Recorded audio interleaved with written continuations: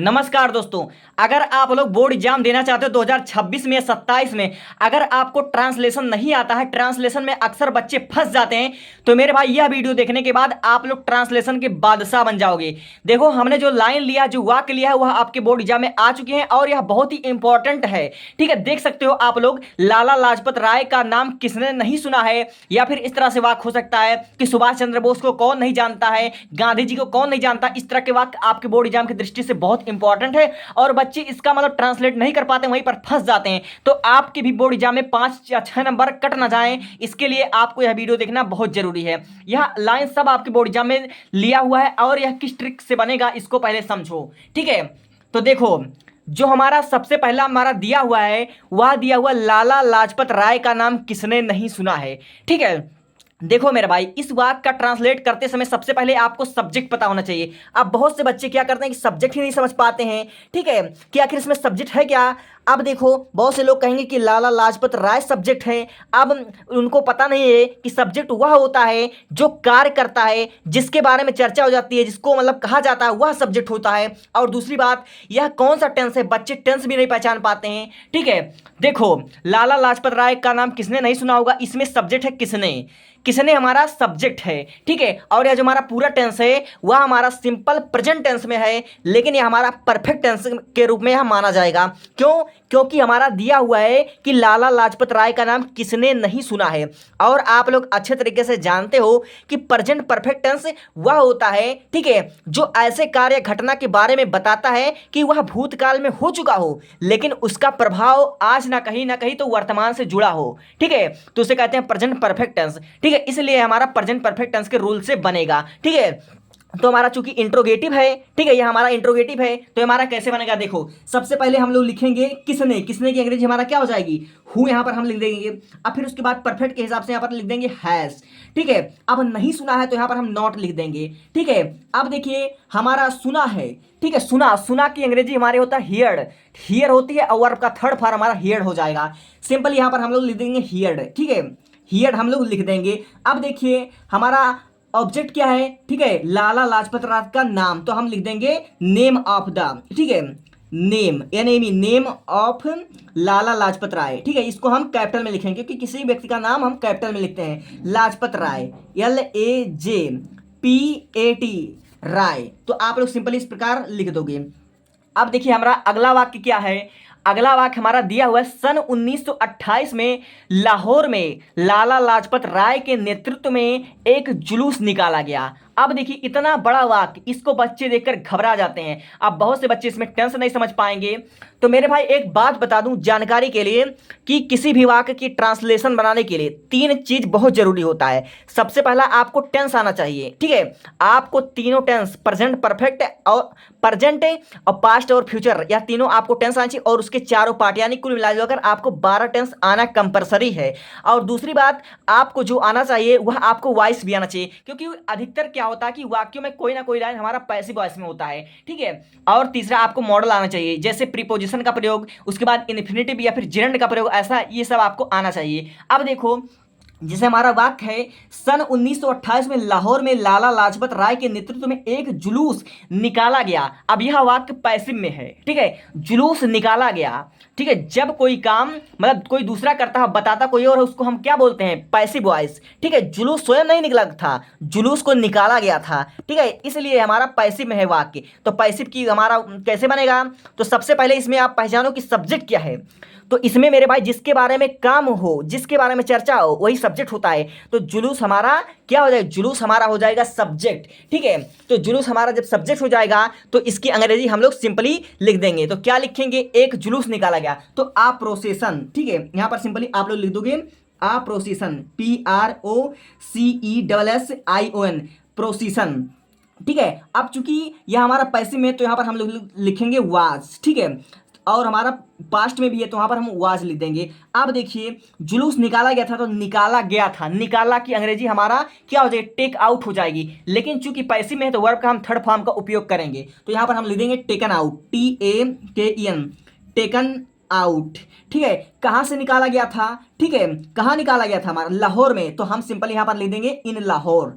ठीक है, LAHORE लाहौर। और यह यहाँ पर कैपिटल रहेगा, क्यों? क्योंकि यह किसी जगह का नाम है, इसलिए यहाँ पर कैपिटल रहेगा। ठीक है, अब हमारा क्या बच रहा है? ठीक है, हमारा बच रहा है लाला लाजपत राय के नेतृत्व में। तो आप लोग सिंपली यहां पर लिख दोगे इन द लीडरशिप, LEADERSIP। ठीक है, SHIP, leadership of Lala Lajpat Rai, LALA Lala, ठीक है, लाजपत राय, LAJPAT लाजपत राय। तो सिंपली हमारा इस तरह से यह बन जाएगा। ठीक है, तो आपने देखा यह कैसे बन रहा है, लेकिन हम आपको जो अभी ट्रिक बताने वाले हैं मेरे भाई, यह तो हम बता रहे हैं कि यह कैसे बनेगा। ठीक है, अभी हम आपको वो ट्रिक बता देते हैं जैसे आप लोग आपको तुरंत ट्रांसलेट कर पाओगे। अब देखो अगला। ठीक है, यह हमारा जो दूसरा वाक्य था यह हमारा पैसिव में था, इसीलिए आपको कह रहा हूं ट्रांसलेशन बनाने के लिए तीन चीज कंपल्सरी है, एक टेंस और दूसरा हमारा वॉइस और तीसरा मॉडल्स। ठीक है, अब देखो वह जुलूस अंग्रेजी सरकार के नीतियों के विरोध में था। ठीक है, अब यह हमारा कौन सा टेंस है? तो यह हमारा पास्ट टेंस है। ठीक है, past tense, simple past tense है और सिंपल में है, इसलिए यहां पर भी वाज का प्रयोग होगा। तो वह जुलूस, तो हम वह की अंग्रेजी क्या लिख सकते हैं? दैट। ठीक है, ठीक है, दैट। अब हमारा जुलूस, जुलूस की अंग्रेजी क्या हो जाएगी? प्रोसीशन। ठीक है, तो यहां पर आप लोग सिंपली लिख दोगे प्रोसीशन। आपने प्रोसीशन लिख दिया। अब देखिए था की अंग्रेजी आप लोग लिख देंगे वाच। अब देखिए नीतियों के विरोध में। ठीक है, नीतियों के विरोध में, ब्रिटिश सरकार की नीतियों के विरोध में, तो इन। अब देखिए विरोध, विरोध की अंग्रेजी क्या होती है? बहुत से बच्चे इसमें फंस जाएंगे, लेकिन आप लोग नहीं फंसोगे। क्यों? क्योंकि आप लोग यहाँ वीडियो देख रहे हो। ठीक है, तो सिंपली आप लोग विरोध का स्पेलिंग क्या लिख दोगे? आप लोग लिख दोगे अपोजिशन। ठीक है, अपोजिशन, अपूज, विरोध का स्पेलिंग होता है अपोज। ठीक है, तो यहां पर आप लोग लिख दोगे OPPOSE, अपूज। ठीक है, और सेकंड फॉर्म इसमें उपयोग होगा, तो यहां पर आप लोग लिख दो अपोजिशन, लिख दो, यह सही रहेगा। ठीक है, अब उसके बाद देखिए किसके, तब फिर उसके बाद किसके नीतियों में? ठीक है, तो अंग्रेजी सरकार की नीतियों में, तो आप लोग लिख दोगे द पॉलिसी ऑफ। ठीक है, the policy of, the POLICIE, policy of, अंग्रेजी, अंग्रेजी का अंग्रेजी ब्रिटिश होगा, BRITIS, ब्रिटिश। ठीक है, गवर्नमेंट, सरकार के यहाँ गवर्नमेंट हो जाएगा, GOVERNMENT, गवर्नमेंट। सिंपली आप लोग इस प्रकार बना लोगे। ठीक है, तो इसका क्या बना? That procession was in the opposition the policy of British government. ठीक है, अब देखो सैंडर्स नाम का एक अंग्रेजी पुलिस अधिकारी था। ठीक है, सैंडर्स नाम का एक अंग्रेजी पुलिस अधिकारी था। अब बहुत से बच्चे इसको नहीं बना पाएंगे, क्यों?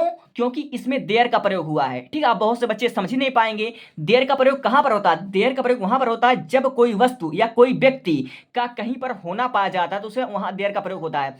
जैसे सैंडर्स नाम का एक अंग्रेजी पुलिस अधिकारी था, इस वाक्य में यह लिखा हुआ है, लेकिन इसका अगर असल डिटेल में इसको समझा जाए तो इसमें यह वाक्य यह कह रहा है कि सैंडर्स नाम का एक अंग्रेजी पुलिस अधिकारी वहां पर था, वहां पर, इसलिए यहां पर देयर का प्रयोग होगा। तो आप लोग क्या लिखोगे?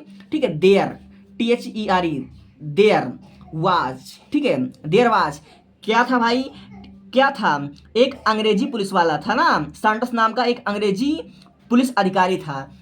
तो अंग्रेजी पुलिस अधिकारी, तो यहां पर हम एन लिखेंगे, एन इंग्लिश, इंग्लिश हम कैपिटल में लिखेंगे, ENGLIS, इंग्लिश पुलिस अधिकारी। तो POLIC, पुलिस अधिकारी का हो जाए ऑफिसर, OFFICER, ऑफिसर। तो सिंपली आप लोग यहां पर लिख दोगे। अब क्या बच रहा है? सैंडर्स नाम का, तो द नेम ऑफ सैंडर्स। ठीक है, name of, the name of, NAME, name of Sanders. तो सिंपली आप लिख दो, सैंडर्स भी कैपिटल रहेगा, SANDRS, सैंडर्स आप लोग सिंपली लिख दोगे। तो चूंकि अभी तक हमने वह आपको ट्रिक नहीं बताया जिससे कि आप लोग अच्छे से ट्रांसलेट कर पाओगे। ठीक है, तो वह ट्रिक जो मेरे भाई है वह है 5W रूल। अब बहुत से बच्चे कहेंगे ये 5W रूल क्या होता है? तो मेरे भाई देखो 5W रूल क्या होता है, कहीं साइड में हम आपको समझाते हैं कि 5W रूल क्या होता है। ठीक है, यहां पर नीचे देखो, तो देखो उस ट्रिक का नाम है 5W ट्रिक। देखो ये 5W ट्रिक क्या होता है, ध्यान से समझना मेरे भाई। पहला होता है हु मतलब कौन, ठीक है, मतलब इस वाक्य में कौन है कर्ता, सब्जेक्ट जिसको डूअर बोलते हैं, जो करने वाला व्यक्ति, जो सब्जेक्ट होता है वह हु होता है। और जो हमारा दूसरा डब्ल्यू है वह होता है व्हाट मतलब एक्शन वर्ब, ठीक है। सबसे पहले हमको पहचानना है इसमें हु मतलब कौन है, फिर उसके बाद व्हाट मतलब एक्शन वर्ब मतलब वह क्या कर रहा है, और तीसरा वेयर मतलब होता है डिस्टिनेशन प्लेस, मतलब वो जो काम कर रहा है वो कहाँ पर कर रहा है। और चौथा जो डब्ल्यू होता हुआ था व्हेन का मतलब टाइम ड्यूरेशन, मतलब कर्ता ने जब काम किया तो मतलब कब से किया उसने, उसकी टाइमिंग क्या थी। और पांचवा है वाई मतलब क्यों, मतलब काज क्या था, पर्पस, ठीक है। आपने अगर ये 5W रूल्स को समझ लिया तो आपके लिए बड़े से बड़ा ट्रांसलेशन बनाना आसान हो जाएगा। अब इसको स्ट्रिक के माध्यम से हम आपको समझाने की कोशिश करते हैं। देखो मेरे भाई, जैसे कि हमारा पहला ये वाक्य जो हमारा दिया हुआ तीसरा वाला, वह दिया हुआ है जिज्ञासु और परिश्रमी विद्यार्थी लोग उच्च शिक्षा पाने के लिए बिहार से दूर अन्य राज्यों में कई वर्षों से भटक रहे हैं या पढ़ रहे हैं, कई राज्यों से पढ़ रहे हैं। ये देखो पढ़ रहे हैं, जिज्ञासु और परिश्रमी विद्यार्थी लोग। इसमें आपको सबसे पहले पहचानना है हु मतलब कौन, सब्जेक्ट डूअर कौन है जो काम कर रहा है, ठीक है, कौन है कर्ता। तो आपने पहचान लिया जिज्ञासु और परिश्रमी विद्यार्थी, ठीक है, जिज्ञासु और परिश्रमी विद्यार्थी। तो इसका आपको सिंपली स्पेलिंग लिख देना है। तो जिज्ञासु और परिश्रमी विद्यार्थी को आप यहां पर लिख दो क्यूरियस, ठीक है, COURIS, ठीक है, क्यूरियस आपने लिख दिया। क्यूरियस मतलब होता है जिज्ञासु, ठीक है, और परिश्रमी तो इसका हो जाएगा एंड, ठीक है। लेबोरियस लिख सकते हो या हार्ड वर्किंग लिख सकते हो, तो हम सिंपल यहाँ पर लेबोरियस लिखेंगे, LABORIOUS, ठीक है, लेबोरियस। Students STUDENTS students. आपने सब्जेक्ट लिख दिया। अब आपको इसमें पहचानना है व्हाट मतलब क्या था, एक्शन वर्ब, यानी कि कर्ता क्या कार्य कर रहा है, वर्ब हमको पहचानना है, ठीक है। तो आप लोग देख सकते हो वह पढ़ रहा है, ठीक है, पढ़ रहा है, इसमें वर्ब हमारा पढ़ रहा है, लेकिन इसमें टाइम दिया हुआ देखो वर्षों से, इसमें समय दिया हुआ और समय के साथ से जुड़ा है, इसलिए हमारा कौन सा टेंस हुआ, प्रेजेंट परफेक्ट कंटीन्यूअस टेंस हुआ। इसलिए यहां पर हमको हैज बीन या हैव बीन का प्रयोग करना पड़ेगा। तो सिंपल यहां पर हम लोग लिख देंगे हैव बीन क्यों लिखेंगे, क्योंकि प्लूरल है, ठीक है, बहुत से बच्चों की बात हो रही है, तो यहां पर लिख देंगे हैव बीन, ठीक है, हैव बीन लिख देंगे। अब देखिए पढ़ रहा है, तो पढ़ रहा की अंग्रेजी रीड भी होती है और स्टडी होती है, लेकिन यहाँ पर हम लोग स्टडी का प्रयोग करेंगे। क्यों, क्योंकि मतलब स्टडी का मतलब डेली रूटीन से पढ़ा, डिसिप्लिन से पढ़ा, वह लगातार पढ़ेगा 1 वर्षों तक। और स्टडी का मतलब कभी कभी पढ़ा, और रीड का मतलब कभी कभी पढ़ा, जैसे कि पिताजी अखबार पढ़े तो वहाँ पर रीड लगेंगे, लेकिन यहाँ पर स्टडी लगेगा। तो सिंपली आप लोग यहाँ पर लिख दो स्टडी, STUDING स्टडिंग लिखोगे, क्योंकि ये हमारा कंटिन्यूअस है, परफेक्ट कंटिन्यूअस स्टडिंग आप लोग सिंपली लिख दोगे, ठीक है। अब आप लोग पहचानो कि वेयर मतलब कहाँ, जो कर्ता काम कर रहा है वो कहाँ पर कर रहा है, ठीक है। तो बिहार से दूर अन्य राज्यों में, ठीक है, बिहार से दूर अन्य राज्यों में। तो इसकी अंग्रेजी आप लोग क्या लिखोगे, बिहार से दूर अन्य राज्यों में, तो इसकी अंग्रेजी हो जाएगी फार ऑफ, ठीक है, फार ऑफ, ठीक है, फार ऑफ बिहार। क्योंकि बिहार हम लोग किसमें लिखेंगे, कैपिटल में लिखेंगे। सिंपली आपने लिख दिया बिहार, ठीक है, तो अन्य राज्यों में, ठीक है। तो in other OTHER other states, STATES states आप लोग लिख दोगे। अब आपने चौथे वाले को देखिए, व्हेन मतलब जिस समय कर्ता काम कर रहा था उसका ड्यूरेशन क्या था, वह कब से काम कर रहा है। तो यहाँ पर आप लोग देख सकते हो कि कई वर्षों से, तो सिंपली आप लोग इसका भी मतलब लिख दोगे, तो कई वर्षों से काम कर रहा है, ठीक है। तो यहाँ पर आप लोग लिख दोगे मेनी वर्ष, ठीक है, for many years, MANYYEARS many years. अब आप लोग कहोगे कि यहाँ पर हमने सिंस क्यों नहीं लगाया, तो सिंस वहाँ पर प्रयोग होता है जहाँ पर काम फिक्स हो कि यह जो काम हुआ वह सोमवार से हुआ, मंगलवार से हुआ, सन 1965 से हुआ, तब इस प्रकार का अगर लिखा होता तो वहाँ पर सिंस का प्रयोग करते, लेकिन यहाँ पर हम लोग फॉर का प्रयोग करेंगे, ठीक है। तो सिंपली आप लोग यहाँ पर फॉर मेनी ईयर्स लिख दोगे। अब अंत में हमारा बच रहा है वाई, मतलब क्यों काम कर रहा है, पर्पस। तो पर्पस क्या है, वह पर्पस है उच्च शिक्षा के लिए, तो फॉर हायर एजुकेशन आप लोग लिख दोगे, for higher, HIGHER higher education, EDUCATION education, आप लोग इस प्रकार से लिख दोगे, ठीक है। तो इसका क्या बना, इसका जिज्ञासु और परिश्रमी विद्यार्थी लोग उच्च शिक्षा पाने के लिए बिहार से दूर अन्य राज्यों में कई वर्षों से पढ़ रहे हैं। तो इसका क्या हो जाएगा, curious and laborious students have been studying for of the Bihar in others states for many years for higher education. इस प्रकार आप लोग लिख दोगे, ठीक है। और मेरे भाई ये भी, ठीक है, ये जो ऊपर बना हुआ है ये भी सब इसी रूल का फॉलो करते हैं, ठीक है। जैसे कि आप लोग देख सकते हो, सन 1928 में लाहौर में लाला लाजपत राय के नेतृत्व में एक जुलूस निकाला गया, ठीक है। तो इस प्रकार से हमारा वाक्य बनेगा। अब देखो, मैं रोज, ठीक है, अगला वाक्य देखो, मैं रोज रात 8 बजे गांधी मैदान में टहलने के लिए जाता हूं। मैं रोज, ठीक है। तो यह हमारा, इसके लिए एक अलग ट्रिक होता है। इसके लिए कौन सा ट्रिक होता है, इसके लिए होता है trick subject plus verb plus P plus T plus R, ठीक है, पीटीआर, इसको बोलते हैं पीटीआर फार्मूला। अब ये पीटीआर फार्मूला क्या होता है, देखो, सब्जेक्ट, यस का मतलब होता है सब्जेक्ट, और वी का मतलब होता है वर्ब, और पी का मतलब होता है प्लेस, ठीक है, प्लेस, और टी का मतलब होता है टाइमिंग, और आर का मतलब होता है रीजन। अब इसको हम बनाएंगे कैसे, मैं रोज 8 बजे, ठीक है, रात को 8 बजे गांधी मैदान में टहलने के लिए जाता हूँ। इसमें पहचानो सब्जेक्ट क्या है, तो सब्जेक्ट वही होता है जिसके बारे में काम बात हो, जो काम करे। तो मैं हूँ, तो मैं का अंग्रेजी आप लोग सिंपली लिख दोगे आई, ठीक है। अब देखो, अंत में आया ता हूं, पता चल गया कि हमारा कौन सा टेंस है, प्रेजेंट इंडेफिनिट है, ठीक है। तो यहां पर क्या लिखेंगे, आई के साथ हम गो लिखते हैं, तो आप लोग लिख दोगे गो, ठीक है। अब देखिए, इस स्ट्रक्चर के माध्यम से हमने सब्जेक्ट मैं लिख दिया, वर्ब हमने लिख दिया गो, ठीक है। अब देखिए, प्लेस हमको लिखना है, कहां पर जाता हूं, तो गांधी मैदान, तो यहां पर आप लोग लिख दोगे टू गांधी मैदान, ठीक है, गांधी मैदान, GANDHIMADIAN, गांधी मैदान आप लोग सिंपली यहां पर लिख दोगे। अब देखो, टाइमिंग, यानी कब जाता हूं टहलने, तो रात को 8 बजे, ठीक है, रात को 8 बजे, तो टाइमिंग के लिए एट लगता है, एट 8 o'clock, ओ क्लॉक, CLOCK, क्लॉक, रात में, तो इन द नाइट लिख दोगे आप, इन नाइट, NIGHT, नाइट। अगर यही मॉर्निंग होता तो आप लोग, अगर यही सुबह होता तो मॉर्निंग आप लोग यहां पर लिख देते। अब देखिए, जो हमारा अगला हुआ रीजन, क्यों जाता है, वह टहलने के लिए जाता है, तो फॉर वाल्क लिख दोगे, फॉर ए, ठीक है, वाल्क, WALK, वाल्क, आप लोग सिंपल यहाँ पर लिख दोगे। अब यहाँ पर डेली आप लोग लिख सकते थे, रोज, तो यहाँ पर आप लोग डेली लिख सकते थे। अगर डेली यहाँ भी लिख दोगे तो कोई गलत नहीं होगा, तो सिंपली हमारा बन गया। आप लोग देख सकते हैं, मैं रोज गांधी मैदान में टहलने के लिए जाता हूँ, ठीक है, रात को 8 बजे, तो आई गो to Gandhi Maidan at 8 o'clock in night for a walk, या फिर night daily for a walk, इस प्रकार हमारा बनेगा। तो आप लोग देख सकते हैं कि हमने कैसे आपको समझाया। अगर यह ट्रिक आपको बहुत अच्छा लगा हो तो इसको फॉलो करना मत भूलेगा। देख लीजिए, इस ट्रिक का नाम है 5W फार्मूला।